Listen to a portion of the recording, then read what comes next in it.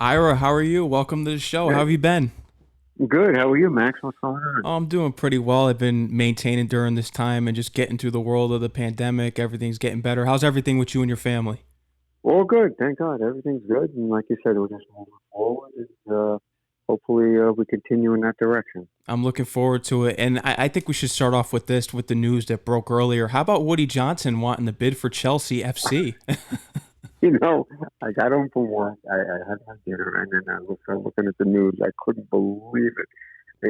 It just, I'm scratching my head. I mean, I know he tries, but he hasn't been able to win for the last 10 years in New York, and he's looking in Europe to get a franchise. It's head scratch. Head really head scratching.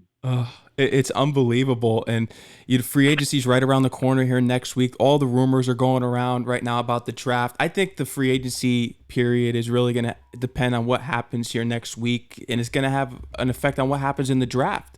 Because what we address in free agency, we're going to have to not address in the draft. We're going to have to go do the opposite. And I think it's going to be interesting to see what they do next week. And to be honest, what would you want to do if you're Joe Douglas next week once the free agency market opens? Who are you wanting to sign right away? What side of the ball That's would you like to address? that's a great question, and I've thought about it. Once again, it really all depends how they rate the draft. Hmm.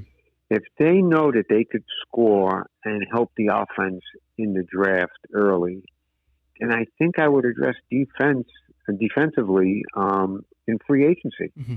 And I think that would be the smart play because I don't envision Joe Douglas going out there and spending $30-40 million again on a receiver after he just gave it to Davis. You Davis. know what I mean? That doesn't make sense. No.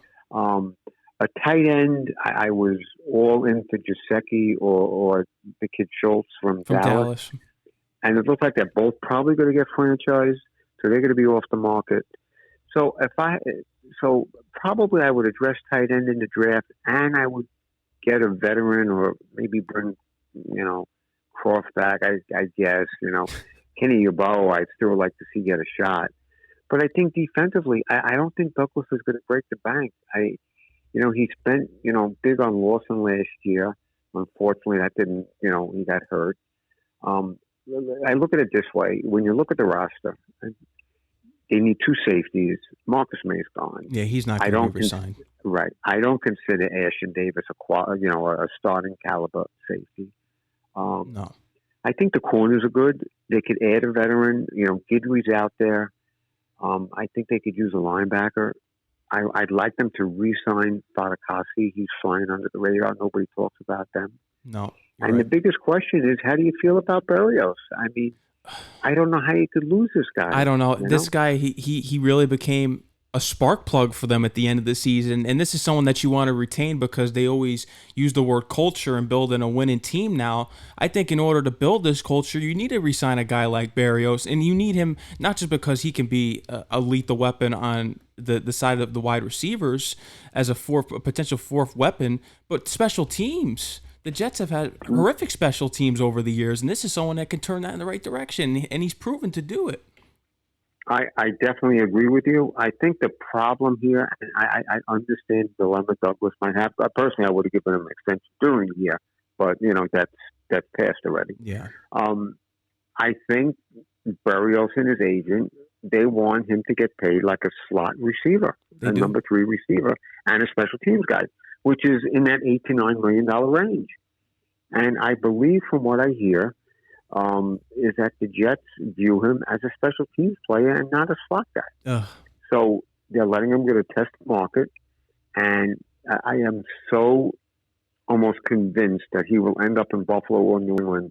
It's like I don't even want to look at I don't even want to hear anything like next Monday or Tuesday because I think he's going to go right up there. I Because think so too. I think, did you see the Bills gave Cole Beasley permission to seek a trade? That's right, and that would be the perfect fit for Barrios, right, in his position because he plays that similar role in the wide receiver on offense. And he's also probably about eight years younger than Cole Beasley. You're right. So it's bad enough that we're probably going to lose him. That just like Danny Woodhead, I don't want to watch, Berrios burn us for the next 5 years in one of those two uniforms. And chances are, I'm probably going to make a prediction. That's what's going to happen. It very well be, and I don't want that to happen. I wanted them to extend him, and it's looking bad right now. I don't know, because remember the last time when we let a wide receiver go, Robbie Anderson, and it's hilarious how Robbie Anderson, there's some rumors out there of him crying, wanting to come back to play for us now. I know. It's really crazy. But I do think they'll, reasonable amount of money, not crazy money. I think they'll bring in a safety. I think they'll add a veteran corner. Offensively, if you really look at the offense, depending on how the draft is, if they go a tackle and, the kid from North Carolina State. Ekwonu, I think, or Ekwonu or something. Yeah. Right. If he happens to be there at 4, I would grab him. I think he's the safest pick in the draft. You plug him in a right guard. You let Becton and you re-sign Moses, let them battle it out at right tackle. The offense is done, pretty much. It is.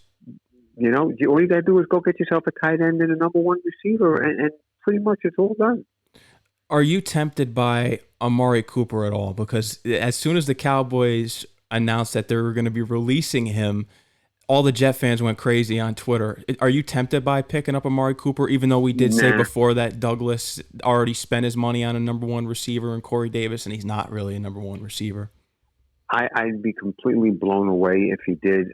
And Cooper, I know his numbers are up there, but I don't want to invest. There were so many receivers in the first 3 rounds again. Garrett Wilson. You're right. Garrett Wilson. You got the kid from Arkansas. You got the kid out of USC. Drake London. Right. And there's probably 4 or 5 others that I don't even know about.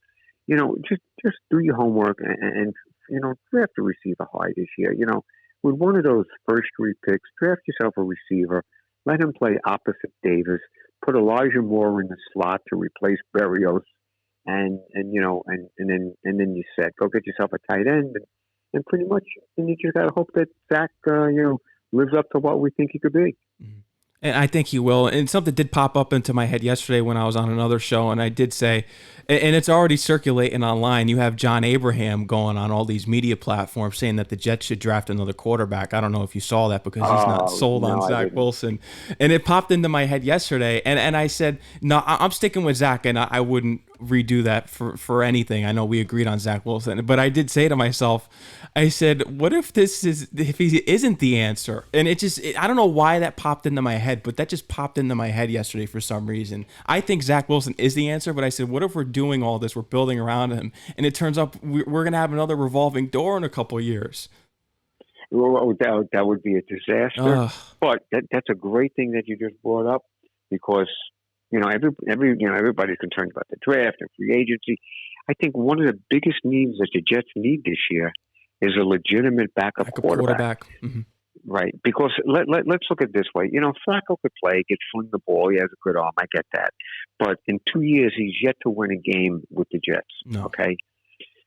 If, God forbid, Zach Wilson gets hurt over the summer or has to miss any extended time, or let's say he actually struggles and needs to be benched, I don't think Joe Douglas is in position where, okay, we're going to throw away the season, we're just going to go with what we have. They have to win games this year. I don't expect a playoff spot. I don't expect a conference championship. But, I'm hoping to get close to a 500 record if possible. And they have to have an Andy Dalton, Ryan Fitzpatrick, Mariota, Teddy Bridgewater. So one of these guys has to be a backup.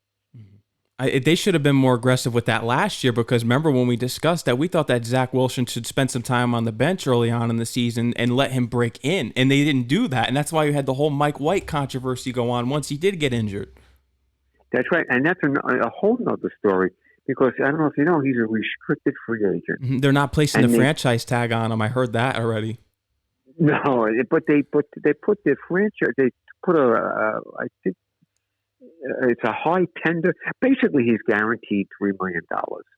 They're not going to pay him $3 million to be a third-string quarterback. So, and I don't think they're going to make him the number 2 quarterback, because I don't really think they want that situation there. I think they want him to kind of go away. I could be wrong, but I mean, if Mike White's a backup, that's great.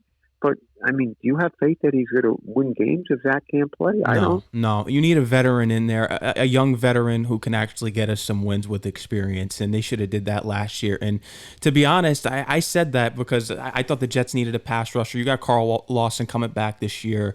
There's this whole controversy going on Twitter here and with the Jet fan base, and even Sal is high on this pick, and we've selected a safety before. You know where I'm going with this. Kyle Hamilton out of Notre Dame.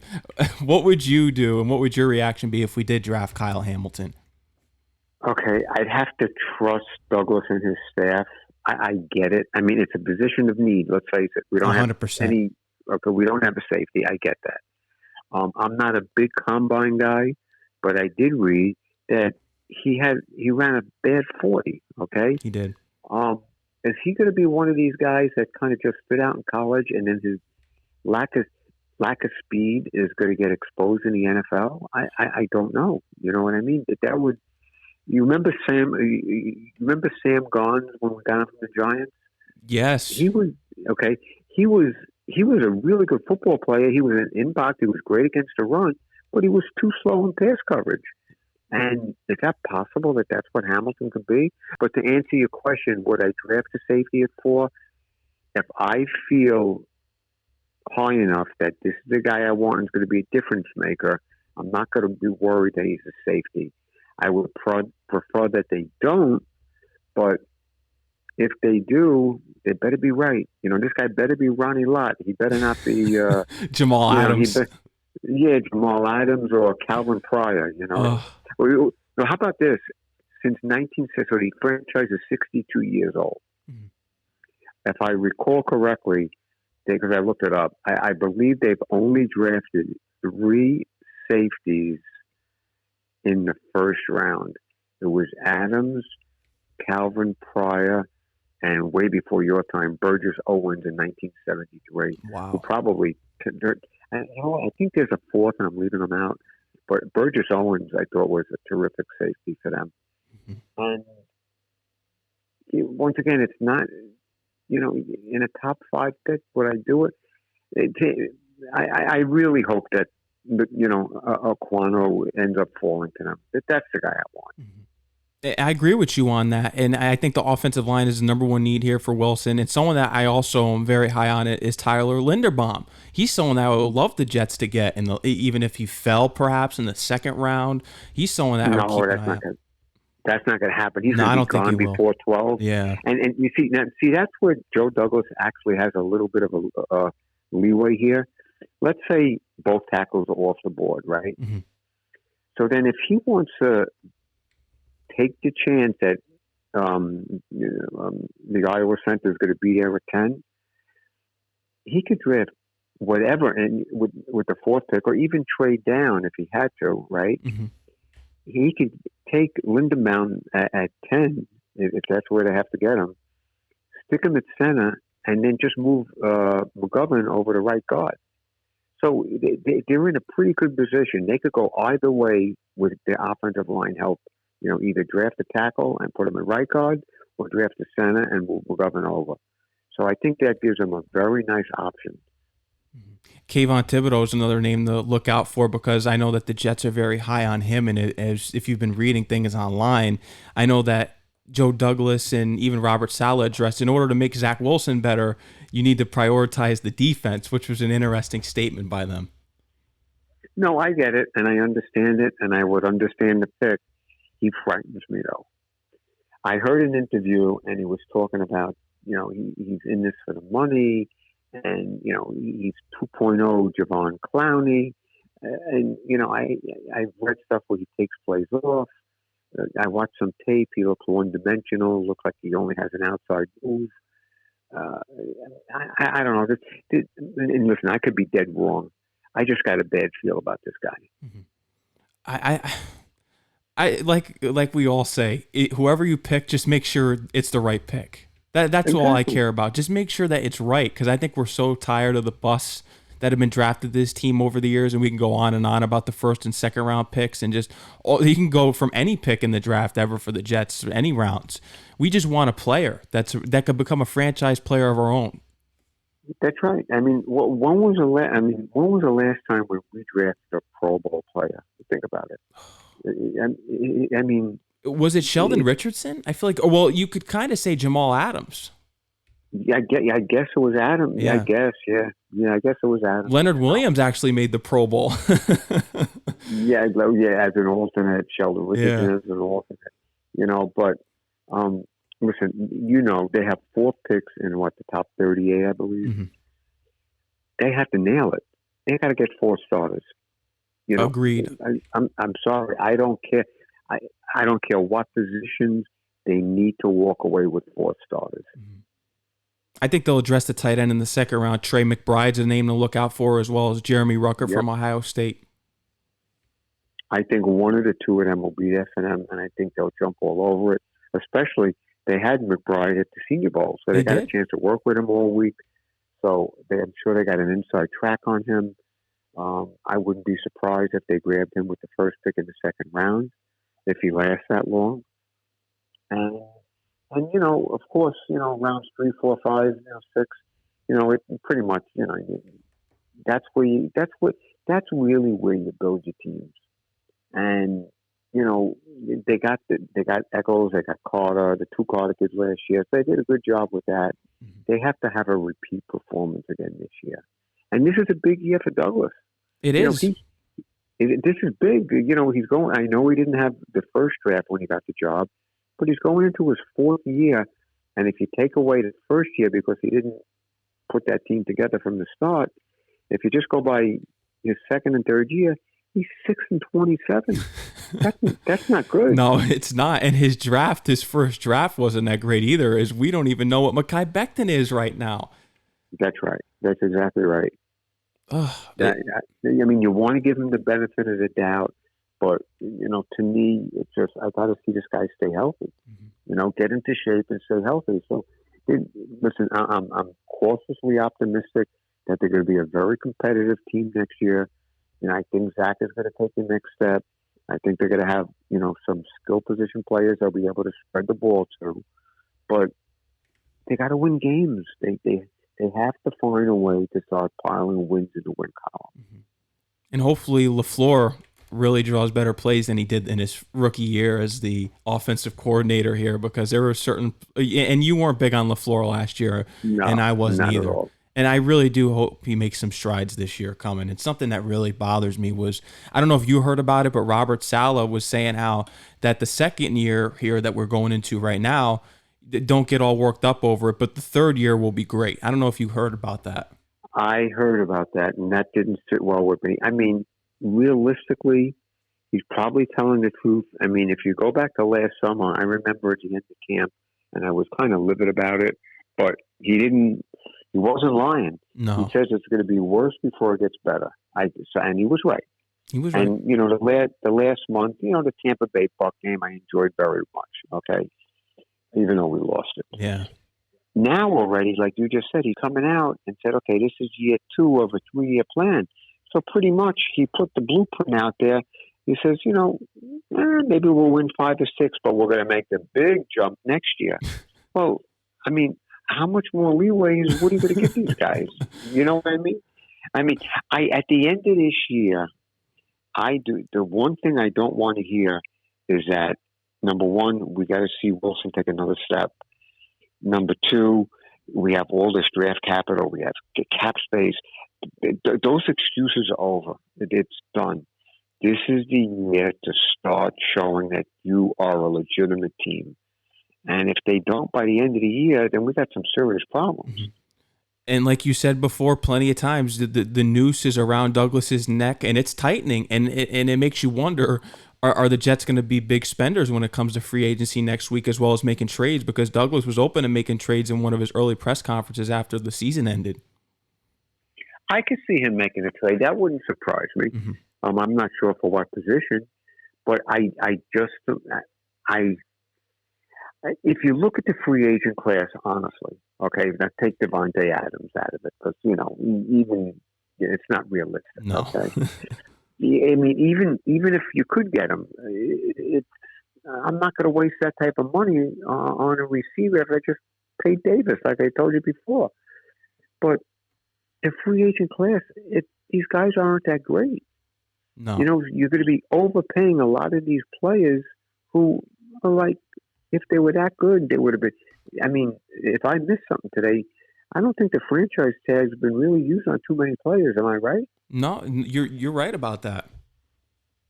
So that speaks volume. If teams aren't franchising, I mean, I think they have up to 4:00 tomorrow, but if they haven't gotten that done, and you look at the list of names, here, if you pull up, I think it's 23 free agents that the Jets have available if they want to bring them back. Mm-hmm. Out of the 23, there's maybe 4, maybe 5 out of the 23 you want to bring back. It's not many. No, there really isn't. Like I said before, and we agreed on that, Braxton Berrios was the number one to bring back here. But I'm also reading online, too, that the Jets are heavily interested in the center Ryan Jensen. I don't know if you saw that from Tampa Bay. No, I haven't seen that. How old is he? Would you do any research on that? He's 31 years old. I don't buy it. I don't think that's the smart move with that. I don't think so. I don't think that would be a smart move. You got to keep the offensive line young. You really do. Yep. This team isn't ready to win now. No. So to add somebody who's 31, 32 years old, I think would make no sense whatsoever. No. I do think that if you do go with the safeties, you kind of have to go with, as I did my research before, Marcus Williams and Jesse Bates. I know those are the top 2 safeties. And then there's even people out there that do want the Honey Badger, Tyrann Mathieu from the Chiefs. There are some safety prospects out there in case we don't get Kyle Hamilton. No, I like the kid Williams out of New Orleans. Mm-hmm. I do. I would like it. But wouldn't it be so bizarre that they go out and they spend approximately $15 million a year for him, and yet, and granted so, Jamal Adams, personally, I think he's overrated, and Marcus May, it just didn't work out, and then he goes out and he signs a safety for $15 million. I could see that happen, and you never know with this team. And then you have the cornerbacks that are out there. Like you said, you could add one, but the top prize free agent is J.C. Jackson from the Patriots. I know that he's like the number one regarded, but I don't think we should get our hopes up there unless Douglas is really feeling the pressure here and he's really going to spend some money here. I just don't want him to get any McCagnon situations where we're just giving away money bags to these people. I mean, we can go on and on about the players. McCagnon was handing off contracts that didn't pan out. Le'Veon Bell was one of them. No, I get it, and I agree with you. But I think the bags of money, I don't think he'll turn to that trick until next year if he has to. Mm-hmm. I think this year he's going to stay the course. He's going to spend smartly and reasonably. He may spend big on one guy or 2 guys, but I think the real top free agents, they're not spending that type of money. No. I mean, I think, and a lot of it too, I think, and I don't come to Woody Johnson's defense, completely on a lot of things, but he's gotten burnt in free agency. Think about it. Like you said, Bell. I mean, C.J. Mosley, that was big money. Tremaine Johnson, look how he got burnt. Tremaine Johnson was, I was just going to bring that up. That was a horrible contract. They re-signed Revis. That was a horrible contract. Cromartie. Muhammad Wilkerson was a disaster. I mean, so, recently, Jonathan Franklin Myers. Well, look at this. So they pick up the 5-year option for Quinn Williams, right? Mm-hmm. So that shows you how bad the Franklin Myers contract was, because they're getting Quinn Williams as of now for the next 2 years for an average of about $8 million a year. John Franklin Myers is guaranteed $12 million for the next 2 years. Unbelievable. And it looks horrible. And the fact that they didn't extend Berrios and they extended Franklin Myers, that drives me insane too. Well, that's it. And to be fair, maybe I forget. I think Myers was signed late October, beginning November. Mm-hmm. So at that point, Berrios was coming on, but he really wasn't like opening eyes yet. So I get that. But man, by the beginning of December, that should have been done. Mm-hmm. Now, listen, then maybe they tried, all right, and I give Barrios and his agent credit. They were right. Let me test the waters. Let me see where I'm at. I get that. So, but the Jets should have got. It shouldn't have come. It just shouldn't have come to this. And normally when something like this, where like I told you, I think the agent and the player view him as in one way, and I think the Jets view him in another way. Chances are something bad is going to happen for us when it comes to that. Mm-hmm. I hope the scouts and Douglas really turn this organization around, because I have these conversations with all these Jet fans and just people in general who are in the football, and they said that the number one issue too with the Jets here is the scouting, because they haven't drafted well, and that's the issue that's really kept the Jets back all these years, as well as just chasing the number one guy with throwing out all this money at players that didn't pan out. But I will say this: did you see Joe Douglas praising Denzel Mims? Did you hear about that? Well, you know why? Because he hopes he could get a 6-round pick from him. I think. It's I mean, there's so much smoke out there right now that's why you can't believe anything these guys say. No, and and I get it. And I get excited too as a fan. You're trying to siphon through all this stuff to get whatever information you think they might do. I get all of that, but push comes to shove, I think they will be better. I think Wilson will be better. I have them without seeing how the schedule is going to be. And hey, right off the bat, we got Denver, mm-hmm. Green Bay, Pittsburgh, and Seattle. Do we know that Aaron Rodgers or Russell Wilson will be on any one of those teams when we play them? We don't know, but if they are, that's going to be – I don't want to put 2 losses in the column already for us, but those are 2 difficult games. Of course. And it's – like I said, I'm going to go in that – I'm going to go in that 7-game range. Mm-hmm. And it's probably going to be 6, but I'm going to go 7.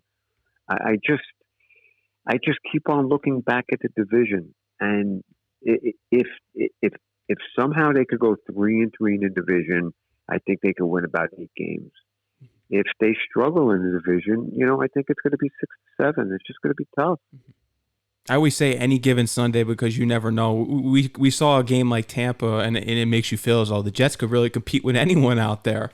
That just when watching that game and how Zach Wilson played, and the performance of the offense, and in the running game this season got better with Michael Carter, Ty Johnson. This team, I feel as though it's getting up there. It's starting to kick the wheels in motion here for something better. But I'll tell you, this draft class, these mock drafts, they're all over the place. I mean, oh my God, it's ridiculous. I listen. I respect that they have to do this to earn a living, but like every week they have different. I mean, by the time the draft comes, all these, Kuipers and McShay and Jeremiah, they're going to have like 50 mock drafts. You know what I mean?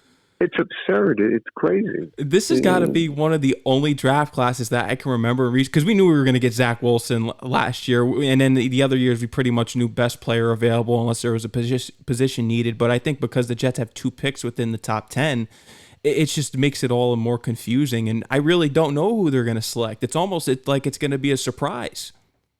Well, you know what? I don't think they know who they're going to select. Yeah, no.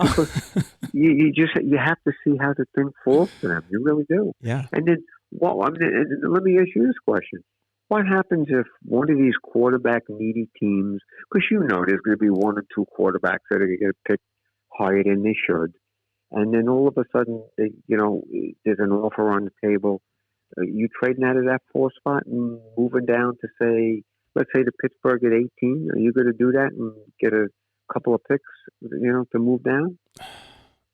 I don't want to, but I feel as though only if you feel as though that you can get great value by doing that then I would consider it. It depends on what you're getting back, and if you feel as though you could find 4 starters like you said before and more, then maybe you can consider it. But I understand what you're saying, and I did see some mock drafts where there were some trades with the Jets, especially with the Eagles moving up. I saw one of those out of one of their picks, because I believe they have 2 picks in the NFL first round draft this year. Well, that's interesting. It's just, to me, once again, I understand it, and if it's a no-brainer, you have to do it. But once again, it just, again, adds, the excuse that, okay, we got 10 picks next year, 3 in the first 2 rounds. I don't want to hear that. I really don't. I want them to get the right players, draft the right players this year, and really get this thing turned around, because, Jets fans do not want to deal with another 4 or 5 win season. They don't. No. And you can't blame them, especially fans such as yourself that have been fans forever. I mean, enough's enough. We want a second Super Bowl here. We want a playoff appearance. I mean, we haven't been to the playoffs in 11 years. we haven't won a division game in 2 years. No. How ridiculous is that? Oh, absolutely awful. I mean, it's so. Just curious, where do you think? I know it's not a Jet question, but where do you think Rodgers ends up? I'm reading online Pittsburgh. That's tempting. It could be Pittsburgh or even Denver. If I had to say, if it's not Green Bay, I heard the Green Bay is going to offer him the highest paid contract in the NFL to keep him there and extended. But it's possible he could end up in Pittsburgh or Denver. I'm just going off of what I read. It would probably either be Pittsburgh or Denver. Anything out of that, I'd be surprised. Yeah, I tend to agree with you. I just think it would be a mistake for him to go to the AFC, because, the NFC is wide open. Mm-hmm. And chances are, if he stays in Green Bay, he'd have a really good chance again to get to the Super Bowl. But if he comes to the AFC with all these young quarterbacks and a lot of these good teams, chances are he's going to have a tough time. He's going to have a difficult time. You got to go through Mahomes, Josh Allen, Lamar Jackson. And you can even throw in Joe Burrow now. And Justin Herbert. You can even throw in Justin Herbert from the Chargers. Yep. So, and hopefully we're going to add Zach Wilson 2 years to that. I hope so. That would be nice. But but I can't believe free agency is like next week. It's unbelievable. It's unbelievable. The year is blowing by here, and it doesn't look like there's going to be a baseball season. So I'm just going to be glued here to the football talks, and my Knicks are already done for. So basketball season's over for me, and it's just on the getting ready for football season, or maybe even finding some interest in hockey. I think the Rangers are winning, so at least we have one team to glue on to here that's winning for New. Well, what's your take on the whole Calvin Ridley situation? That's interesting. I did hear about that with the whole him gambling on teams, because he was a trade target for the Jets. I was reading he was in the papers for a while there, and people that work for the Jets and in the media, they're saying the Jets were considering trading for him, but now he's suspended for a year. He's suspended for a year. I know. It just, I can't believe he got caught. I mean, that these players are messing around with certain stuff like that. Mm-hmm. But, to download one of these apps on your phone, your own personal phone, and you make a bet. What is this guy thinking? I just read for a $1,500 wager, he cost himself $11 million because he got suspended. Ugh. Unbelievable. It's just insane. And it is, and it's a bad look for the NFL. I mean, I get, listen, gambling has always driven the NFL, and now they're in bed with all these different sites. So it's just, it's just weird that they have to suspend the player. But the rules are the rules. They told the players they can't do this stuff, and this guy was stupid enough to get caught. Yeah, it's there's so many things going on with the NFL right now, especially, last time we talked, we were trying to figure out what happened with Brian Flores, and look how that situation blew up. I mean, just my goodness with that. Oh yeah, but you know what? He ended up with the perfect organization. The Steelers. Yep. I mean, I know the Patriots, they are what they are, and the Packers. I get all of this stuff, and I'm leaving out one or two. But the Steelers really are the model franchise. They really are. They are. They don't win all the time, but they just seem to get it right. They're always knocking on the door. Mm-hmm. And no matter who they have on the field, they always draft right, and they always put together a competitive team. That's right. Tomlin's a tremendous coach. Great coach. Tremendous coach. Great coach. Tremendous coach. Yep. Hopefully we're talking about Saleh one day like that. I hope so. We can only hope. And I know we're going to do another show soon around the draft, but I'm hoping you're right. Ekwonu here with the fourth pick overall, and say if they draft Hamilton and they have to go get the center at 10. I'm all for it. The perfect draft for me here, as we can confirm right here, Ekwonu at 4, and I would take Garrett Wilson at 10. I'm all sold on a receiver. I'm with you on that. I would have no problems if those were the two players. Yeah. I really wouldn't. You have Wilson opposite Davis, more in the slot. I mean, I think that would be a really good receiving call for Wilson. You go get yourself a tight end, and away we go. I think the running game is good. I like Michael Johnson. Carter. I like Carter. Would you bring Coleman back? I would, if it's the right deal and it makes sense. I would. I think he's insurance. He adds depth to the running back corps. I think you could consider bringing him back. I mean, it seems as though the Jets are opposed to re-signing the talent that they have on the team that could really make an impact for the better. But I hope Douglas proves me wrong here, and I wouldn't mind bringing Coleman back. Yeah, when I took a quick glance at the list, he was on the list. I would like to bring back Fadakasi, and I would like Berrios. We discussed. We know where we're at, and really, there really weren't many two. Really not. Oh, and Guidry. I'd really like to get Guidry back. I think he's a nice role player in the secondary. Mm-hmm. I agree. I think that's what should happen here.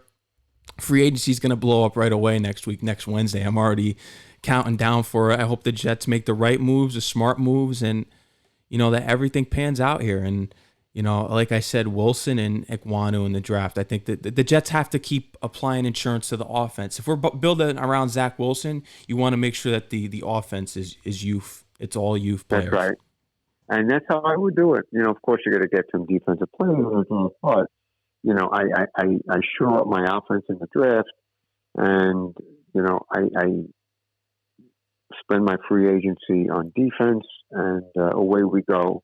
And hopefully they make the right decisions. Yeah, I'm hoping. And the mock drafts are going to change every week from here. So, like I said, I hope we should release our own mock drafts, the Ira and Max draft.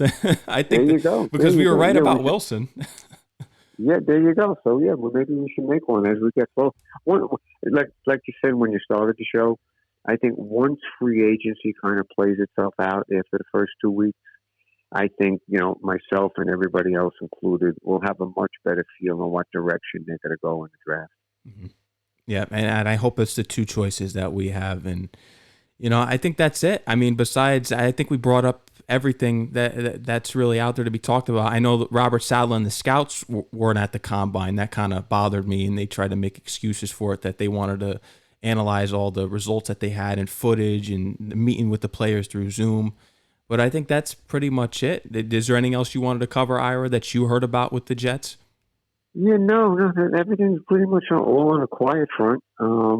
Just can't wait to get it started, and before you know it, OTA. I mean, the players report mid-April. I mean, I feel like the Super Bowl just ended, and already we're talking about spring practices, drafts, and free agency. It's like it's 24/7.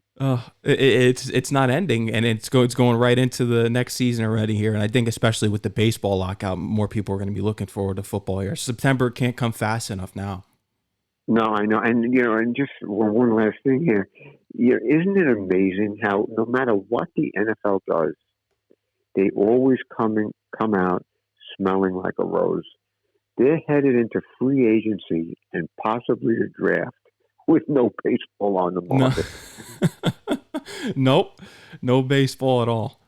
So if they enter the draft and baseball still at odds with each other, the draft will have the highest rating ever. It'll be insane. Oh, it will. And baseball is going to lose a lot of fans. And as a Mets fan, I was really looking forward to seeing what they're going to do this year, especially all the talent that they signed in the offseason. And now we're not going to have a season. There's going to be a lot of upset fans, and they're going to lose a lot of fans from it. One thing, I don't follow it that closely, but I mean, I think it'll get resolved at some point. But it's starting to look like this thing may creep into what May they're talking about now. Yep, they're already canceling the early games already. The whole preseason games with spring training and everything, that's already canceled, and some of the opening day games are already canceled. So Wow. Well, we'll see how this goes, but it's always good talking about the Jets and the NFL, and hopefully as we get closer to the draft, we'll get to talk. Yes, I'm looking forward to it, Ira. It's always great talking with you, and I'm looking forward to talking to you again about the draft, and let's hope that the Jets keep building from what we have here and make the smart moves next week, and let's hope that Joe Douglas is urgent about it next week. Sounds great, and always, once again, I appreciate you having me. Of course, anytime, Ira. I'm looking forward to it. Enjoy the rest of your night, and take care and stay safe, all right? Same to you. Thank you. Yeah, Ira, take care.